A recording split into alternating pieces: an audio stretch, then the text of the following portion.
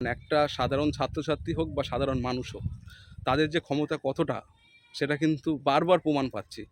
তারা যদি ভাবে যে বন্দুকের নলই ক্ষমতার উৎস, তারা কিন্তু ভুল করবে। আপনাদেরকে বলছি, ওই দেশ থেকে অনেক কিছু শিক্ষা নেওয়ার আছে, শিক্ষা নিন। আনন্দ করছেন, উল্লাস করছেন, মিষ্টি খাচ্ছেন, সব কিছু ঠিক আছে।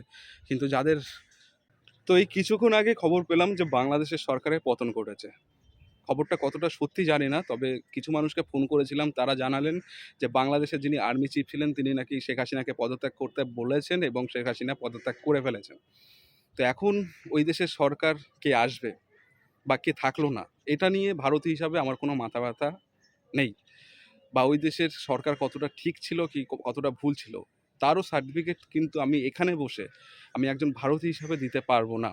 তো আমার কাছ থেকে এগুলোর আশা করবেন না। তবে আমি এটুকু ভেবে খুবই খুশি যে এতদিন ধরে যে অসুস্থ বাংলাদেশ দেখে এসেছি, সেটা ধীরে ধীরে সুস্থ হবে এবারে। কারণ আমি ভাবছিলাম যে এই আন্দোলন বিক্ষোভের একটা না একটা কোথাও তো শেষ থাকবেই, কোথাও না কোথাও গিয়ে তো এর সমাধান হবেই। সরকার কোথাও না কোথাও গিয়ে তো এর সমাধান করবে। কিন্তু সরকার সেখানে ব্যর্থ হয়েছে। সরকার তার যে চেয়ার সেটা ছেড়ে চলে গেছে। সরকার পারেনি সামলাতে। এখন নিশ্চয়ই নতুন কোনো সরকার আসবে বাংলাদেশে। দেখার পালা তারা কত তাড়াতাড়ি বাংলাদেশকে সুস্থ করে ফেলে, কত তাড়াতাড়ি আগের বাংলাদেশ ফিরে আসে। এখন যে সরকার নতুন আসবে, সে সরকারের একটা দায়িত্ব যে এই যে শেখ হাসিনা সরকার যে ভুলগুলো করেছে, সেগুলো যেন তারা ভবিষ্যতে না করে। মানে একটা সাধারণ ছাত্রছাত্রী হোক বা সাধারণ মানুষ হোক, তাদের যে ক্ষমতা কতটা সেটা কিন্তু বারবার প্রমাণ পাচ্ছি। একবার প্রমাণ পেয়েছিলাম শ্রীলঙ্কাতে, সেখানেও কিন্তু সেমভাবে এরকম আন্দোলনের মধ্যে দিয়েই কিন্তু শ্রীলঙ্কা সরকারের পতন হয়েছিল। আবার পেলাম বাংলাদেশে। তো এই ভুল থেকে শিক্ষা নেওয়া শুধু বাংলাদেশ সরকারের কাজ না, এটা আমাদের সরকারেরও কাজ, বা যারা যারা আমাদের আশেপাশে আছে সেই সব দেশের সরকারগুলোরও কাজ। তারা যদি ভাবে যে বন্দুকের নলই ক্ষমতার উৎস, তারা কিন্তু ভুল করবে। সাধারণ মানুষ, সাধারণ শিক্ষার্থীর যে কতটা ক্ষমতা, সেটা বারবারই প্রমাণ হয়েছে, হয়তো ভবিষ্যতেও হবে। তাই প্রত্যেকটা সরকারের কাছে, বাংলাদেশের নতুন সরকার হোক কিংবা আমাদের দেশের রাজ্য সরকার, কেন্দ্র সরকার, আপনাদের কাছে অনুরোধ, যদি কোনো সাধারণ মানুষ বা শিক্ষার্থী যদি কোনো চাহিদা বা কোনো দাবি নিয়ে আন্দোলনে বসে বা আপনাদের কাছে যায়, সেই দাবিগুলো আপনাদেরকে খুব মন দিয়ে শুনতে হবে, খুব গুরুত্বপূর্ণভাবে আলোচনা করতে হবে এবং সমস্যার সমাধান করতে হবে।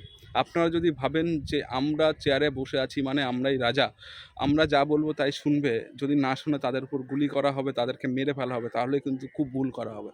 সেটা তো আপনারা বাংলাদেশ দেখে বুঝে গেছেন, শ্রীলঙ্কা দেখে বুঝে গেছেন। আর এই জিনিসটা আমার মনে হয় হওয়া উচিত, একটা সাধারণ মানুষের কতটা ক্ষমতা সেটা দেখা উচিত সবাইকে। যে সাধারণ মানুষ ভোট দেয়, সাধারণ মানুষ সরকারের পিছনে পিছনে ঘুরে তাদের আবদার জানায়, চাহিদা জানায়, জানাতে জানাতে একটা সময়ের পরে গিয়ে কিন্তু বিস্ফোরণ ঘটবে।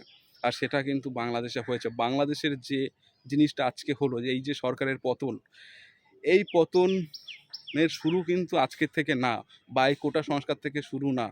আমি বাংলাদেশে যতবার গিয়েছি প্রত্যেকের মুখেই অনেক কিছু শুনেছি যে সরকার ভোট দিতে দেয় না, আমরা ভোট দিতে পারি না। তো এই যে চাপা রাগ, এগুলো কিন্তু জমতে জমতে জমতে জমতে একটা সময় কিন্তু বিস্ফোরণ হয়েছে, আর সেটা হয়েছে ছাত্র আন্দোলনের মধ্যে দিয়ে। তো এরকম কিন্তু রাগ যখন মানুষের মনে জমতে থাকে, তার যখন বিস্ফোরণ হয়, তখন কিন্তু সরকারকে সিট ছেড়ে পালাতে হয়, চেয়ার ছেড়ে পালাতে হয়, দেশ ছেড়ে পালাতে হয়। তো সেটাই আমার বক্তব্য মূল, যে আপনারা যারাই যেখানে ক্ষমতায় আছেন না কেন, আপনারা প্রত্যেকটা সাধারণ মানুষের চাহিদাকে গুরুত্বের সঙ্গে দেখুন, ভালোবাসার সঙ্গে দেখুন, সেটা সমাধান করুন। রাগ করে ক্ষমতা দেখিয়ে কিন্তু এগুলোর সমস্যার সমাধান হয় না। মানুষ কিছুক্ষণের জন্য হয়তো থেমে যায়, কিন্তু তারপরে কিন্তু আবার মানুষ ফিরে আসে, আবার প্রতিবাদ হয়, আবার বিস্ফোরণ হয়। আর সেটা বাংলাদেশ করিয়ে দেখেছে। আমাদের পশ্চিমবঙ্গে কত ছাত্রছাত্রীরা বছর পর বছর রাস্তাতে বসে আছে, তারা যোগ্য চাকরি প্রার্থী, তারপরেও তারা চাকরি পাচ্ছে না। তাদের জায়গায় বসে আছে কিছু টাকা দিয়ে ঢোকা মানুষজন। এবার ভাবুন যে মানুষগুলো রাস্তায় বসে আছে তাদের সংখ্যা হয়তো খুব কম, কিন্তু তাদেরকে সাপোর্ট দিচ্ছে কিন্তু আরও অনেক লোক তাদের পরিবার আছে। আমরা খবরে দেখতে পাচ্ছি। আমাদের মনেও ক্ষোভ জন্মাচ্ছে, রাগ জন্মাচ্ছে।